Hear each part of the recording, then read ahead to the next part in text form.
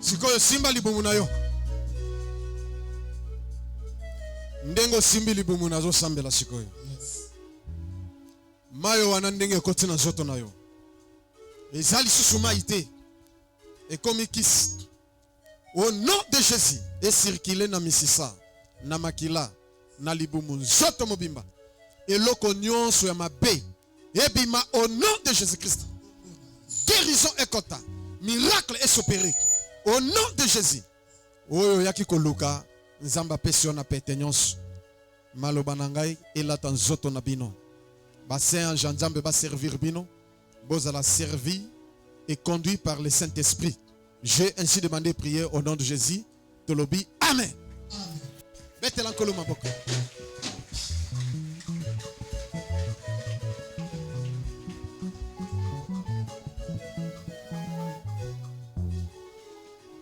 Nani mokonzi? Nani mobikisi? Nani nzambe? Yebisa moninga na yo. Yebisa iboye. Ozaya nzambe. Yebisa yi. Soko ozaya nzambe. Ozaya la nzambe wapi? Na département nini? Ya mamoyo.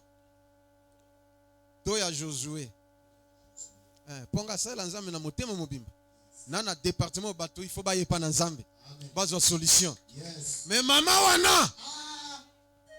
Nzamba pese correction. Tala eloko aliboso ki kosala.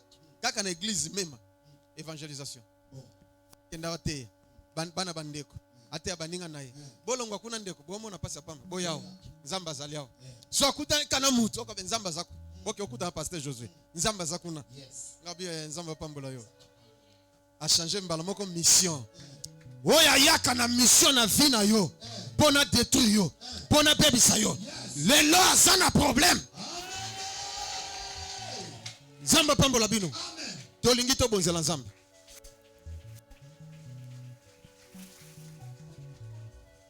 mais avant to bonzela nzambe